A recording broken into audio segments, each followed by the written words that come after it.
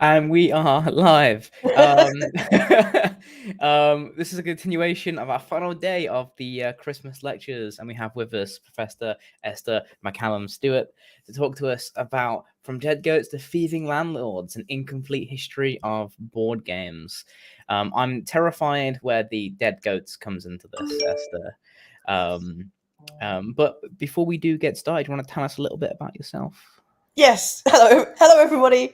Hello. So my name is Professor Esther McCallum Stewart. Actually, it's Esther McCallum Stewart. The professor's like my title. No, I thought it's part of your name. No, it's not part of my name. My pronouns are she and her, and I am a game studies professor at Staffordshire University, and I'm also the chair of the 2024 WorldCon. So welcome, everybody. If you're watching, watch again. Hello, everyone. Really good to see you, and I can't wait. I think I've said this before. I've given a version of this lecture before, but I have considerably changed it. So hopefully there'll be more exciting things in it, and I won't go over time. I promise, Ben. I promise. Also, the boss is next, so I better not. Yeah. What's your favorite board game, Esther? Oh gosh! So I've just ordered Ticket to Ride Legacy, which I'm going to be playing over Christmas. Don't tell us. So it's not my favorite, but it is one that I'm really, really, really looking forward to playing. And yeah, and I'm currently also writing a book about Gloomhaven. So it was my favorite, and now I'm writing about it. So I don't know whether that counts, but yeah, no, big fan of Gloomhaven. I think it's awesome. Cool. Well, without further ado, I'll let you get started. If anyone has any questions for us during the talk, feel free to put them in, and we'll get to them either as soon as or at the end of the talk. So without further ado, Esther, the stage is yours. Yeah, fantastic. Okie dokie. Cool. Okay, so first of all, as I said, I've given this presentation before, and I got a bit thrown on Saturday evening because I watched the new episode of Doctor Who, which was brilliant. I just want to be really clear. It was really good. But it kind of threw me a little bit because there was a whole load of stuff about games in it, and there was a whole load of stuff about play, and I had feelings. I had a lot of feelings. So what I actually did was I went away and wrote a different lecture, which I will probably give next year. Basically kind of about media perceptions of games and my feelings about Doctor Who. But also it was kind of so I could just include some photos of Ncuti Gatwa, because isn't he lovely? Just look at him. Anyway, okay, so what is this lecture actually going to be about? I wish I could just stay on this slide, but just take a moment. Oh, what isn't by generation amazing, guys? Okay, right. So here is the actual synopsis of what I'm going to be talking about. So as I said in the blurb, this is going to be a very, very incomplete whistle-stop tour through board games. And as a scholar, the thing that I focus on the most is I'm really interested in how players understand games, right? How they understand games and how they tell stories about games. And yeah, I know, sorry, I can see the chat, and Jamie's saying the 15th Doctor also gives them feelings. Quite right too.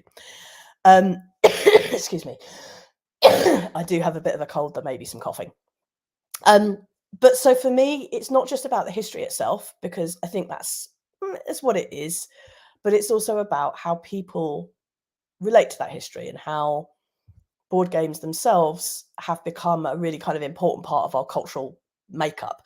And I've not only tried to make this as international as possible, but I want to be real clear here that when I'm talking about board games, I'm using a real general term.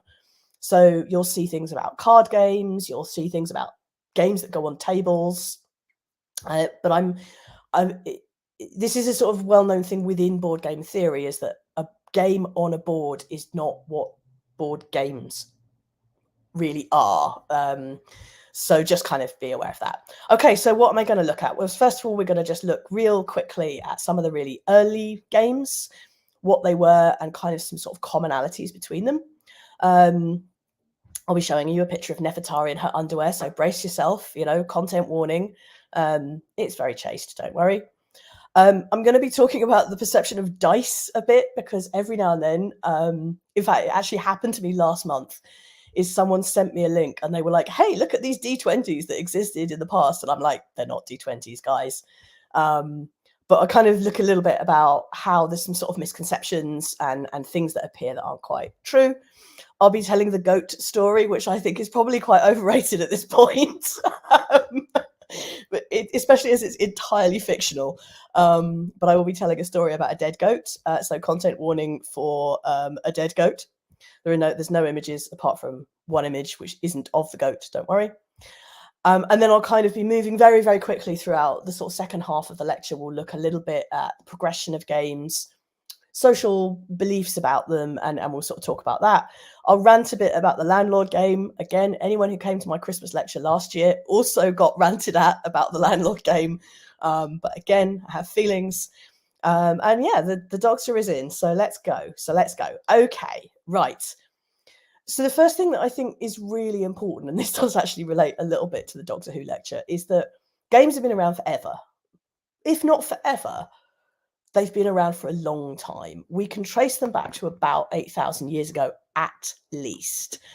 And there's a couple of reasons for this. I'm going to summon the spirit of Richard Bartle just briefly, because Richard Bartle says this very clearly in quite a lot of his lectures. And he says, bears play games, right? Play and games are fundamental to our learning and understanding as human beings. It's like a really important part of how we understand ourselves and also how we learn stuff. Like we learn things like if we hit each other too hard when we're playing, it hurts, right? We learn things like if we jump in the water, it's kind of dangerous sometimes. Sure, these are very basic types of game, but they're not useless, right? They're really kind of part of us. So sorry, I'm just looking at the chat, which I need to probably not do. So it's very common to kind of see things like this particular image here. Early versions of dice, of markers, and of kind of gambling tokens. And the thing that I think is really, really interesting about the earliest forms of games is that they're very, very closely tied both to gambling and wagers, but they're also very closely tied to travel, because a lot of these artifacts, and also see some of them later, were discovered along trade routes. And even if people didn't speak the same language as each other, they could often count together. They used the same counting systems. Not always, but that did become standardized over time. And so it was really easy for travelers to play games of luck, to play games where they were gambling things, small amounts of money or perhaps food, or I don't know who was going to stoke the fire next, who's going to do the shitty job of walking away and getting some more sticks. So we see these things quite a lot, and I think this is a really good example of an image of this, because it mixes what are quite clearly dice with some other markers here, but we also don't actually have any evidence that they were used purely as dice. They could actually also have been used as trade tokens when people were explaining numbers to each other, right? So they've got these interesting kind of dual purposes of trade, a little bit of gambling, and how we recognize them. So always be a bit wary when you see stuff like this and it's like, oh my goodness, the first dice, because they actually had more than one use, and that's one of them. So I tried to be, as I said, as international as possible when I was looking at early games. And sort of interestingly, the one that there's one game that I will go on to that's called, the earliest game. But the one that seems to actually be the earliest game is Go. And as it says here, a little bit like some of the other games I'm going to talk about, there's no real knowledge of exactly where it came from, because again, it was a game that was moving around a lot, right? It was being taken from place to place. Go's really symptomatic of a game that you can use when you're traveling, right? You can roll up that board, you can make it in a piece of cloth, right? You can substitute the tokens, right? If you can't, you can find stones that are lighter or darker, which is probably where the original tokens started. It is an incredibly strategic game. Some of you might recognize it. It looks very similar to an American game called Otello, not Othello, Otello. It's not, it predates that. And basically the idea for the game is that you you corner out your opponent. You're trying to block them off all the time. So you're placing pieces one by one. And then look at the size of the board. It's huge. It's a really, really, really big board. So, excuse me. So Go was probably one of the very kind of first board games that again was kind of used and moved around, and it has a lot of characteristics that we'll see later in games. It's got rules. It's got a very clear objective. It's got a win state. And these things sound very simple to us, but are actually, again, really quite fundamental to the way that we understand and think about games. We sort of take them for granted a bit. So here's Nefertari. I told you it wasn't too dirty, but here she is. She's probably not wearing underwear, but it does look like it. And I just like to thank James Wallace, who originally showed me this slide and also calls it Nefertari in her underwear. So, you know, great minds think alike there. So this is interesting because we've got these amazing images of Senet, which is the game that you can see on the right. It's not chess. I'll be really, really clear. I know that image makes it look like Nefertari is playing chess. She's not. It's a very, very different game. But we've got evidence of this game being played a couple of thousand years before these two artifacts were kind of produced. We've got with the frieze, that's Nefertari's cartouche in the middle there, just above the set. And then we've got this amazing lazuli Senet set. I mean, it is so bling. I love it. It looks very modern as well. It's one of the things I really love about it. So this is one of the first books that we have documentation from. And for those of you who love The Mummy, it's in the Book of the Dead. Senet is actually described in the Book of the Dead. So we all know not to actually read from the Book of the Dead, and it will summon all sorts of terrible things. And then they'll be chasing and shouting, and, you know, Rachel Weisz will look lovely. However, right. So there we go. Right. So Senet, African origins, lots of evidence of it being played. It's a game of little bit of strategy, but not a huge amount. And it's also quite symptomatic of early games in that we sort of know the rules. We sort of know how it was played. We're fairly sure that we've got the rules, but also when you've got a game that has lasted for as long as Senet has, you know, where you've got these kind of 2,000 years of it being around, the rules change, the gameplay changes, it becomes something else. And it's quite unusual now that we have a lot of games that are board games in particular, they're very fixed, right? So we know the rules of chess, they don't really change. We know the rules of Gloomhaven, there's a lot of them. There's a 57-page booklet, right, of rules, you know. There's an app for that, don't worry.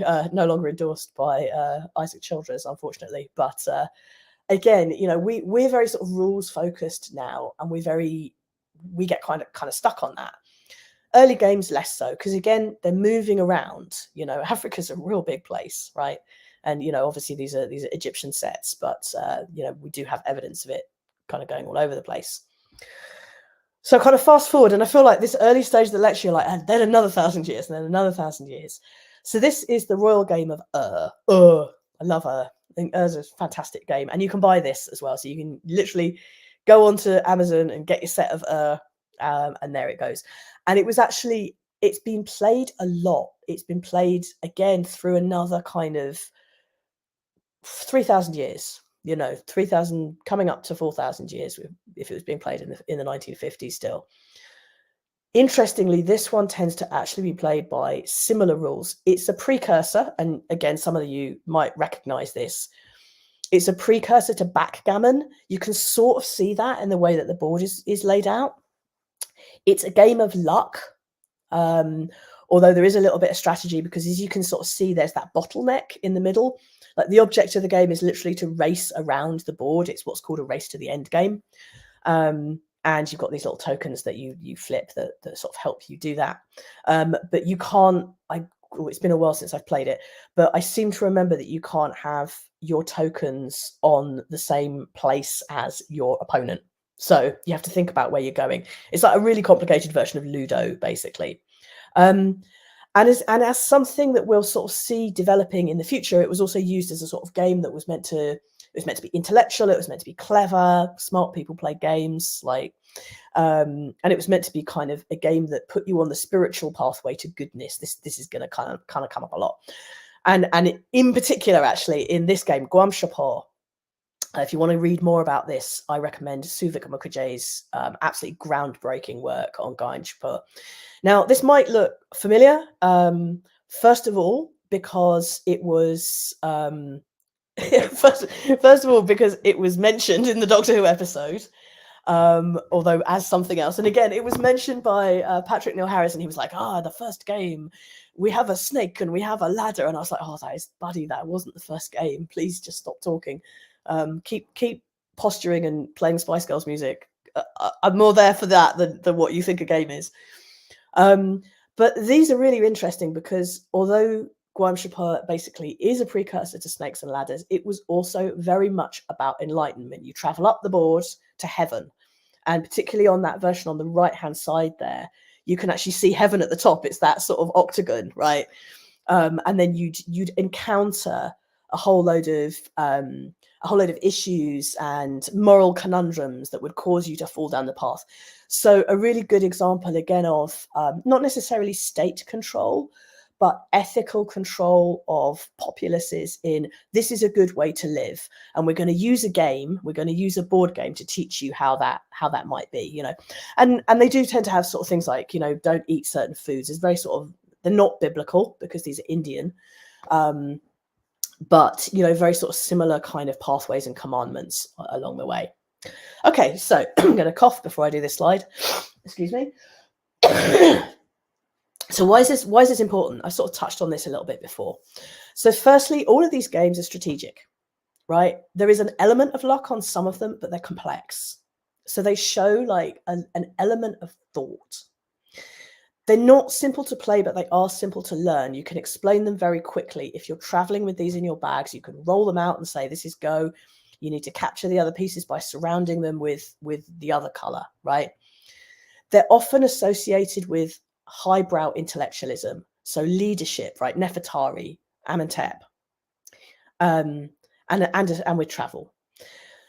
They have an uncertain outcome, all of them. You don't necessarily know who's going to win from the start. This isn't tic-tac-toe or noughts and crosses where the first person is always going to win. So it can be wagered on. And there's evidence here, and I think this is really fascinating, that they were played by adults, right? At this point, games are for adults. They're not childish things. Play is a childish thing. But when we, again, to kind of use the Bible as an example, when we become adults, when we become a man, we put aside childish things. But actually, games are actually seen as quite sort of smart. They're seen as quite a smart thing to do. And also, very interestingly, all of the games that I've mentioned so far are two-player. I'm not going to go into that in a huge amount of depth, but I just think that's really interesting. But these are the aforementioned not D20s. So again, you will go online and there will be a whole load of people writing about how, oh my goodness, there were D20s, right? For a start, people were not playing Dungeons and Dragons 4,000 years ago. They were probably playing games of imagination because that's how playfulness works. Like, you know, even if it was, what if a massive, great big animal comes and attacks us? What are we going to do? Like, that's a playful, you know, that's an imaginative game. But these were, again, used as trading tokens. They were also possibly used as gifts. And they've been found up and down trade routes, which is kind of why we know. I mean, maybe they were. Maybe everybody was being a tiefling back then, but I just think that's really unlikely. Okay, so I've talked a bit about the sort of intellectualism of games and how they were played by, you know, they were hitherto seen as a sort of signifier of the importance of who you were, and that they used, Nefertari is a really good example of this, you know, the people who commemorated her chose to show her as a game player. They chose to show her as somebody who was, you know, expressing her intelligence and her wit and her smarts by playing a game. We see this in TV all the time. Tune in next year for my X-Men example about Xavier and Magneto, who are like constantly playing chess throughout all the movies. But again, it's kind of used as a kind of, they're really smart and their adversaries and so on and so forth, right? Nefertari, very sort of similar there. She's a diplomat, she's a politician, she's good at playing Senate.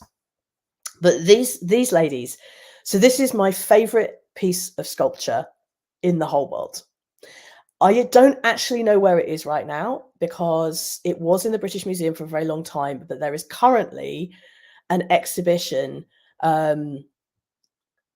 So there is currently an exhibition on at the British Library at the moment about the history of playing games and the history of fantasy.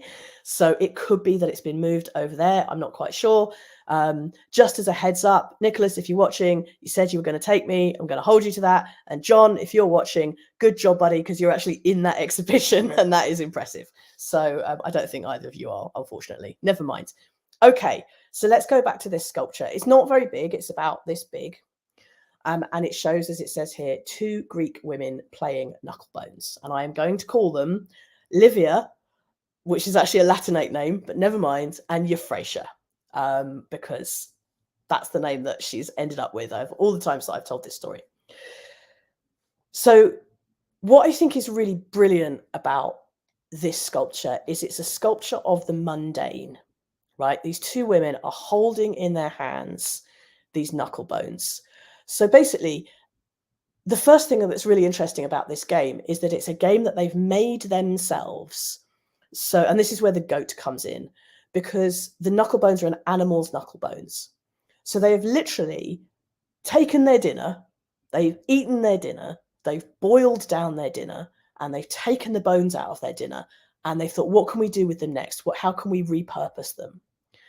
And so they've taken the knucklebones, and the way that you play knucklebones, you hold them in your hand, as many as you can, or sometimes there's a set amount. Sometimes you start with 1, then 2, then 3, then 4, then 5. See if I get my hand in a shot. You throw them up in the air, you turn your hand over, and you try and catch them on the back of your hand, right? So it's a game of skill, a little bit of luck, but also a kind of crafted game, right?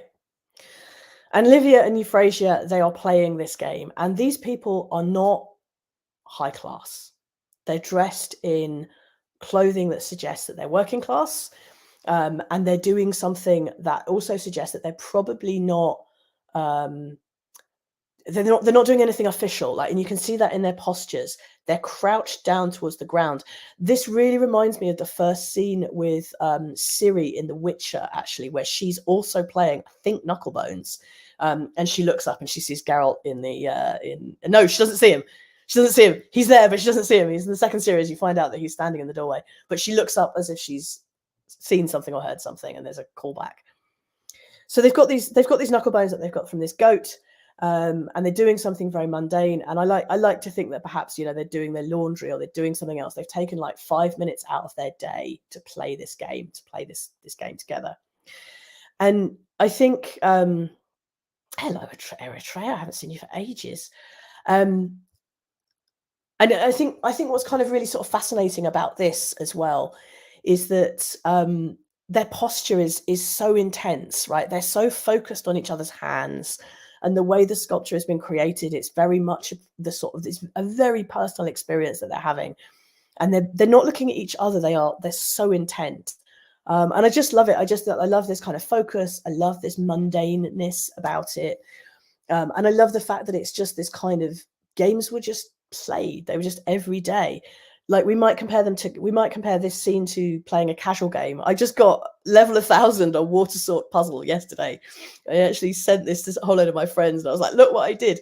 But it's like that 5 minutes that you take to do Duolingo or water sort or your Candy Crush levels is exactly the same. And I just think it's absolutely wonderful. So if you're ever in the British Museum, do try and go and see Livia and Euphrasia, and hopefully that they're there at the moment. If not, they'll be in the British Library. So I mentioned chess earlier, and again, I wanted to just use that as a kind of bridge to the most recent stuff, because the thing that I think is really interesting about chess is that it is actually quite a transcendent game, right? It's still played, and it is often the game that we think about first. Probably there's another game as well that we think about first, but I'll talk about that later. When we think about a board game. And thanks to Ben Yallow, this is an image from his school. I won't embarrass him too much. But this is actually a school that specializes in 2 things. It specializes in playing chess, and it specializes in fencing. What an amazing school to be going to. Isn't that cool? Those are the after school activities, but even so. And I love this image because I love the fascination that these kids have on their faces. You've got this teacher, and she does look like, when you first look at her, you think she looks a bit nonplussed, but then you realize that she's actually just made her first move, and she's concentrating on the board. Like, she's like, what do you think about that then? But there's all these kids that are like craning their neck, and the little boy next to her, like the expression on his face, he's just like, let's see what's going to happen next. Teacher's fighting the student, right? And there's this kind of engrossedness with the game that I just think is really, really interesting. And chess is a good example of a sort of, the early games that I've demonstrated so far tend to have one dynamic, right? They tend to have, sorry, I thought I'd turn my WhatsApp off. Let me stop it from pinging. There we go. So they tend to have one dynamic. They tend to have race to the end or roll a dice or do a thing, right? Chess adds the element of different pieces doing different things. And that hasn't changed much over the years. Like some people often say that chess is an ancestor of a game called the Viking game. And it's been kind of disputed a bit recently. But it's very sort of set. It's got this very set series of rules. And it's also not immediately apparent from looking at the board what it is that you have to do. I'd argue that that's the case with some of the other ones. But again, they do seem a bit more kind of linear. There is a sort of very clear pathway. So, yeah. So what sort of happened to change? So as we sort of move into the later centuries, although we're still in the 15th century, we see games and board games being repurposed. And one of the first places that they're repurposed is within tarot, taking a card game and using it for fortune telling. And tarot decks mirror card decks, although they have some extra cards in them. Not a huge amount, but they do have some extra stuff in them, and are often kind of used a little bit interchangeably. For those who know the tarot, this is the medieval Scapini. It's not actually an ancient deck. It's based on an ancient deck. But I decided I was going to pick like a nice cutesy tarot reading for you there. So just to give you a little bit of reading of what is going on. The person on the left, they were enjoying being alone, but they were very on their own. And then they met somebody. Oh, isn't that nice? And there is happiness in their future. So it's like probably, this is kind of the idealized what I would like in my tarot reading. They met their past, present, and future. So that's rather sweet. But what's kind of interesting here is that we see a very concerted move to make board games about something else, right? To make them useful, to make them purposeful. There is a big movement in games, and it's still happening. We see it at university. We get this quite a lot of like, well, what are they for? And games are allowed to be about stuff, right? But it's also okay to just play. Like, let's go back to those bears. Bears play games. Playing is a learning experience. Play is something that we do to alleviate stress and tension. Play is something we do to kind of battle things out between each other, to resolve disputes. It's okay to just play and not do anything else. That's just fine. But culturally, that actually becomes quite problematic. Games are seen as a waste of time. Games are seen as something that you do when you're not working. Games are, importantly, seen as against God. I don't really think God's all that bothered about whether or not we play games or not, but that's just my kind of personal belief there. However, as the working day and as we start to become increasingly mechanized or labor intensive increases, we also see a lot of kickback against leisure, because leisure is what lazy people do. And lazy people are not godly people. So, for example, we see kind of things like this. So this is a repurposed woodcut. Obviously, these are not the colors it's in. Also, love the fact this is very classic game colors as well. So we've got cyan up the top and magenta down the bottom. But actually, no, it's scarlet, isn't it? But yeah.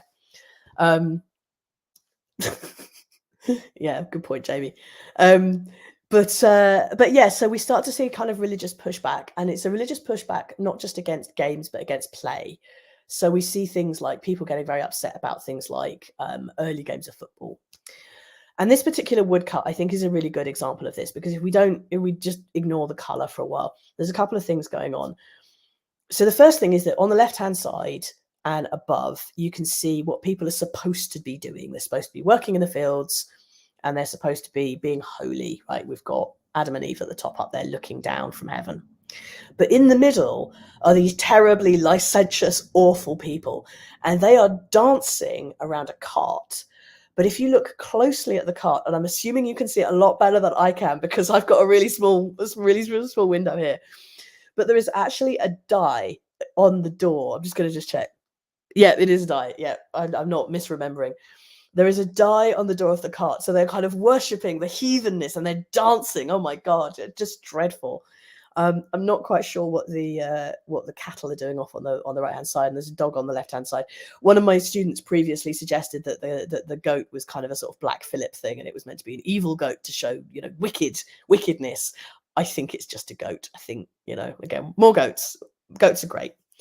But again, there's this idea that play is unholy, and there's this idea that it's kind of not for something, and that we should instead be working in a field. We should be paying attention to our families, and we shouldn't be kind of worshipping these false idols.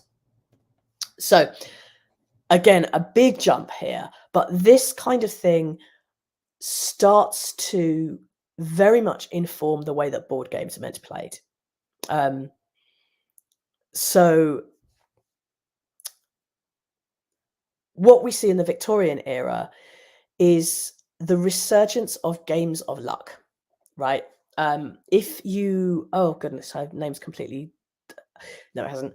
If you want to read more about this, have a look at some of the writing of Holly Nielsen. She's written some absolutely amazing stuff. It's really, really interesting, where she sort of talked about these kind of early games and sort of what they meant in terms of cultural production. So really, really fascinating. So games went back to being about luck. They really were kind of roll a dice or a token or whatever and move along the board. And they were instructive. So this is a really classic example. It's called The Mansion of Happiness, which I think is a great title. It was meant to be instructive, moral, and entertaining. No fun there, right? Maybe entertaining, but it wasn't meant to be a particularly enjoyable experience. Moral and instructive come first. And as you progress towards the center, which is the Mansion of Happiness, the family unit together as they should be, etc., etc., etc. There are various different pathways that come along the line, and usually these games follow the course of a person's life in biblical terms. So we'll start off with their birth as a child, as a baby, and then they'll move through childhood and then into adulthood and old age. I think this one a little bit less so, that this is more about kind of family and moral behavior. But each of those images that you can see there of a person corresponds to either a situation which is usually written on the game, and this one actually I seem to remember comes with an actual sheet that describes what the situation or the dilemma is, but they also describe a pathway, and that the pathway is the pathway to happiness. So there's no real room for, like, this isn't a strategic game.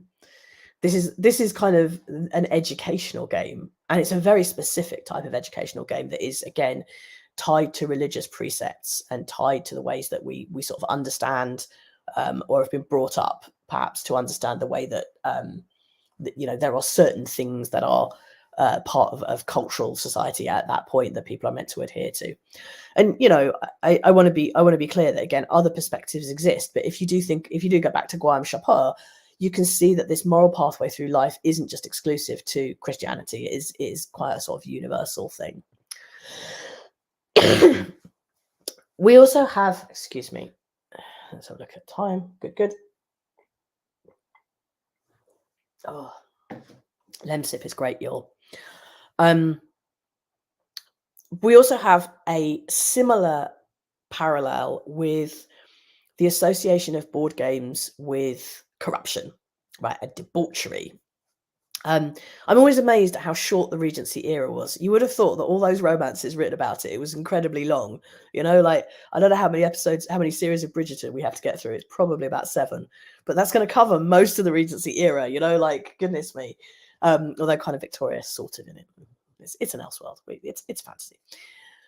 But during the Regency era, we again see a very clear positioning of games as problematic. In particular, card games like cribbage, a little bit backgammon, that dreadful game, backgammon. God, how awful. And people have to go to gaming hells. What a wonderful description of a place to go and play games. All of us, we're like friendly local game shop, right? We're all just down at UK Game Expo. No, you've got to go to a gaming hell in order to play. So, and you would go to the hell, and in the hell there would be other disreputable characters. You can see some of them in this image. They are in fact playing cribbage. And you would play your game and you would wager. And again, for those of you who have read Regency romances, a lot of them center on games in which people wager and lose vast amounts of money, and they are ruined as a result. So there's that parallel still continues. Interestingly, both Jane Austen and some of the other authors at the time start to write about games slightly differently. I used to have a whole load of links on these slides, which I don't actually have anymore because it's a public lecture, so I took them all out. But it had a link to all of the different mentions of Jane Austen and games, and there's a really, really clear change in her perspective of what they are, from being really awful and ruining people. There are people who are ruined by cards and are positioned as awful people. Pride and Prejudice, this happens because they've gambled all their money away by playing cards. But cards are also shown as something that the women do in parlors that go back to this idea of intelligence and strategy. So there's a sort of sea change happening here. We've got this disreputibleness of going and playing these games, and I mean look how these guys are positioned as well. They're really grotesque. Their bodies are very sort of dimorphic. They're crouched together. They've got these kind of they've got the faces of dissolute drinkers. So they've got kind of great big noses, and they're red of face, suggesting alcoholism. And they're not the good guys here. They're also I always love the carpet in this as well. There's also some sort of commentary about the person on the top left, and I can never remember what it is, but it's also one of these kind of satirical images that's actually knocking that person as well. But it slipped my mind who it is. So the Victorian era. So this time last year, I talked a little bit about this in my lecture about Christmas games. And I talked about how during the Victorian era, this was a point at which the middle class started to evolve. So we've moved from that kind of puritanical, everybody needs to go and work in the fields, to having a group of people who are not doing dangerous things, right? They're working in offices. They are very early commuting, right?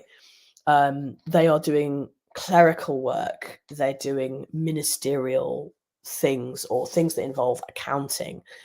And this is really, this affects games. This affects board games. And the reason that it affects them is that it turns out that not all the middle classes, that's a massive generalization. I take that back. It turns out that the middle class become absolutely fascinated with incredibly dangerous games. And my hypothesis on this is because there isn't that much risk in their lives. So they can afford to injure themselves. If they get a little bit burned playing Snapdragon, that's fine, because all they're doing is going into an office, right? They don't have to worry about breaking a leg playing Blind Man's Buff, because they don't need to go out into the fields the next day. Their livelihood does not depend on their physical health as much as perhaps other people. So this is Snapdragon. I talked about Snapdragon last year, but I love it because it is just the worst game and it's awful. So, and there are so many images of it online as well. So I kind of tried to find the most kind of on fire one that I could. It's not the one I used last year. It's a different one. So the way you play Snapdragon is this. You get a whole load of raisins or currants. You soak them in brandy. And then you set the brandy on fire. And you take the currants or the raisins out. And then you eat them. And then you breathe fire. So you have an on fire currant that has swollen up because it's full of brandy in your mouth, and then you go and you blow fire everywhere, and then you have to eat the sultana. I don't know about you, but this sounds like slightly problematic game? And it turns out that yes, it is. I didn't find this last year, but I did this year. That this was just a super dangerous thing to do. You are quite literally not only setting fire to something in your house in a bowl of brandy, but you are then eating it and keeping it on fire and then swallowing it. So this is from a newspaper article for New Zealand, which actually says we don't play Snapdragon anymore because this is bad news. So 6 children were severely burnt and 3 of them are now in a dangerous state. And then this other article, I'm gonna have to take my glasses off to read this, so sorry. Yeah, the bit at the bottom, at present, no light has been thrown upon the deplorable affair. Like, I don't know, how do you think it happened? But it has gravely discredited Snapdragon as a safe amusement for the young. There will be no more of it this year at any rate. And there's, yeah, so that's right. Several of the choir boys were seen writhing on the floor in agony, covered in blue flames. So if we could perhaps avoid playing this game, that would be great. But it is actually quite a classic example of what's known as a parlor game. Again, not necessarily a board game, but maybe played at a table. So, and I think I said last year that when I put the Christmas lecture together and I was started to talk about this kind of thing, people started to tell me about the problematic games that they played. And there is literally one in the chat right now. Like, people would be like, oh yeah, I know this really problematic game. It's super dangerous. Here's how we do it. A friend of mine told me about a game where it's a trust game where you're blindfolded and you stand on a plank and then people lift the plank up. And her aunt had broken both her ankles because she panicked and jumped off the plank, and the plank was only about that far off the ground. So obviously she completely misjudged the jump and just crashed onto her ankles. So Freud calls it tendentious humor. He calls it like something that is risky. I think this is kind of like tendentious gaming. And we all know examples of it. We've all done things like this. My PhD students very gleefully told me about a game called Hide the Poo this year. I think that kind of falls into that category as well. I'm not going to describe Hide the Poo. So all I can say is my PhD students did not play this game themselves. But I don't know, they're monsters among us. Okay. So yes, and Jamie's asking, did 6 children all eat the fire, or did one child eat the fire and then smog everybody else? Difficult to tell. Like, again, no extra description, but like, yeah, not great. Okay, this is the landlord game. It may look familiar. That's because it's Monopoly. Monopoly, or the landlord game, gets a lot of shit. It is often described as the worst game ever. If I was actually giving this in the lecture hall and I'd said it's Monopoly, at least 3 people in the audience would have gone, ugh, oh God, fucking Monopoly, hate Monopoly. Okay, so first of all, let's just look at the date. Monopoly is over 120 years old now, okay? It is an old game. We can't expect it to be as good as Gloomhaven or Wingspan or Catan or any of the other games that we're playing right now. We really can't. Like, that is so unfair. Secondly, I know that this is slightly more widely known. It's an anti-capitalist game. It's rather like the Mansion of Happiness. It was designed to be a game that was morally instructive, that showed us that landlords were corrupt and awful and evil. So again, it's not fun. It's not fun, you guys. So that's kind of the second thing. Third thing, infamously, the rules aren't actually very well written in the box. And again, usually somebody in the audience is going like, oh, well, I don't play with the blah, blah, blah rules. Whereas, it's much too long, da, da, da, da. Yet the rules aren't great. Rule writing is actually something that we teach at Staffordshire. Like, it used to be 2 or 3 sessions because it is really difficult to do. And Monopoly is a really good example of it not being very good and not having great rules. And the fourth thing that is sort of a point of knowledge here is that this game was stolen from Elizabeth Magee by Milton Bradley. They pinched her game and repurposed it and sold it as their own and took the rights to it and made money out of it, and she didn't get anything. And she is now sometimes credited as the developer of this game, but not very often. So yeah, Monopoly, everybody. But I do think, again, if we're looking at the history of games and we're looking at the culture of games, we perhaps need to think about this game in that context rather than fucking Monopoly. Again, I think about it more as a historical artifact that is still knocking around. I mean, maybe it's going to be like Senate. Maybe it's going to last 2,000 years. I don't think it will, but who knows? So to kind of conclude, and don't worry, Ben, I am keeping an eye on the time, so we might not be able to take any questions if you need 10 minutes from the end, but I know where I am in the presentation. Don't worry. So it looks like we've had about 400 or 500 years of really not great gaming experiences, right? Boring games based on being a good citizen, of being a good person that can only really be played once, because once we've played it, we sort of know the answer. And that they're often primarily based on luck. Luck games are not fun. Ludo is not a fun game, right? Unless you're 4, in which case it's kind of fun, right? It's just not very interesting because all you're doing is rolling a dice and moving, roll a dice and moving. You're not doing anything to control this at all. But fortunately, we are now in what Quentin Smith. So Quentin Smith called it the golden age of gaming about 10 years ago, and I feel really sorry for him because I'm like, oh, you should have just waited. You just wait another 3 or 4 years, and then you'll really be in the golden age. But we've reached a point now where board games are massive. We have entire shops developed. We have entire shops that are just board game shops. Even Stafford, which is a tiny little town, has got a board games and a comic shop in it. We have franchises, we have conventions, we have conventions that aren't about board games that have areas where you can go and play board games. It's expected now. So how did we kind of get here? Well, about 15, 20 years ago now, and again, it's quite a long time, we saw the emergence of a whole series of games that basically started to rework rules. And they started to think about games in different ways. And preeminent amongst those, and I usually get the date wrong on this, so don't quote me. I think it's either 2007 or 2009, is Matt Leacock's Pandemic. A brilliant game. It's a cooperative game. It reworks the rules so that you're not playing against each other. You're playing against the game itself. You're trying to eradicate the 4 different pandemics that have broken out in the world, and you're doing it. And every turn, the game does something to try and thwart you. And we also see quite a lot of games that just use really interesting sort of ludic devices. Thank you, thanks Ben. 2009.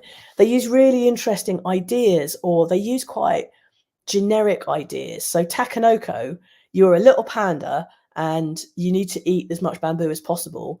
But the player is trying to grow as much bamboo as possible. So the little panda rampages around the board and there's a gardener who's chasing him. The game's not really about that. It's about kind of building little things, but it looks great and it feels great. And it's very, again, these developers, Antoine Bowser, Matt Leacock, Rob Daviau, Eric Lang, Koniswa, like Runa Nitsa, like they're thinking not just about the game itself, but how the rules work, how they explain the rules to people, how they make that game fun, how they stop it from being 4 hours long, how they stop. I mean, one of the things that always used to happen when I played Monopoly was my dad would get bored and rob the bank, right? He'd just steal money from the bank and you'd be like, brilliant. If anybody wants a board game recommendation for a really nicely playable game with great rules, then hi Constanza, then Wingspan, absolutely. It's about. I looked it up yesterday because I might be buying it as a present for someone. It's 50 quid, so they're not cheap, but they are good. And again, one of the other ways that this has also happened is crowdfunding, is Kickstarter. I know Sunken Isles is a role-playing game, but I just needed the slash at the bottom. These games are massive. These games have thousands of pieces, and I'm not even joking. But by crowdfunding them, it means that people can opt in for that. They're not going into a board game shop and thinking, I want a 17-kilogram box of a game, and I'm going to go home and play it. People can pick and choose. We've reached a point where that's possible now. And again, I mean, I think Gloomhaven is an absolutely fantastic game, but my caveat on that is that it's not an entry level game in any shape or form. Sunken Isle's pretty good module as well. So, as I said, it was Whistle Stop. So, Ben, I don't know whether or not you want to move on to the next talk, Hi, or whether or Esther. not you want to take a couple of questions. So, well, there were two questions I wanna come back to. excuse me. Nope, not using a real name, asked the game that was the predecessor to Backgammon. He didn't hear what that was called. Just trying to think back. You know The what? race to the end game. A real easy way of doing it. I'm like, is it Senate or It's and it is the Royal Game of The right? Royal That's its full Game name. of The Royal Game of mm. I just like calling it And Yeah. something And interesting you that can buy that very easily. So yeah. something interesting that both me and Nope noticed. The slide talking about the religious implications of like how playing games against God, and they have Adam and Eve up in the clouds, but weren't Adam and Eve, I know. famously thrown out of paradise for? Doesn't have to make sense, does it? Yeah. I think is the answer to that one. Right. Yeah. So I used to teach that slide, and I used to do a little bit of discourse analysis on it and say, what do people think this means? And that would come up quite a lot. Mm-hmm. I think they're meant to be seen, and again, this is a big guess. I think they're meant to be sort of seen as the first people, rather Right. than potentially Adam and Eve who fell from heaven, because they're in heaven. Mm-hmm, That's the thing. They're not lying on the ground, after they got kicked out. So yeah, I'm not sure. They're not angels. That's the other thing. So they're not, it's not St. Peter or anybody like that. And they don't seem to be saints. And the fact they're holding hands, they're in a very classic pose as well, which again is actually a tarot pose. For the lovers are usually seen like that. And the lovers are also sometimes thought to be Adam and Eve, but